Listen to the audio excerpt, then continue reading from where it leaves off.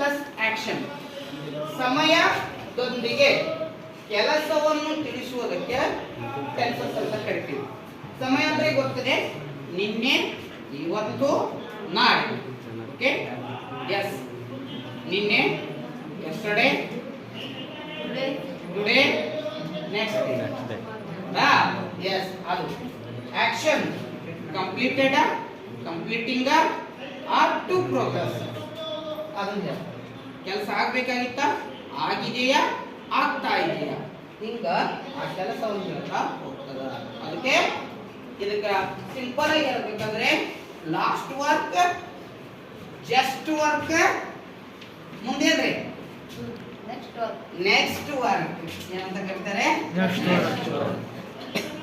Last work past tense, just work present tense, next work future tense. ಇಷ್ಟೇ ಇದು.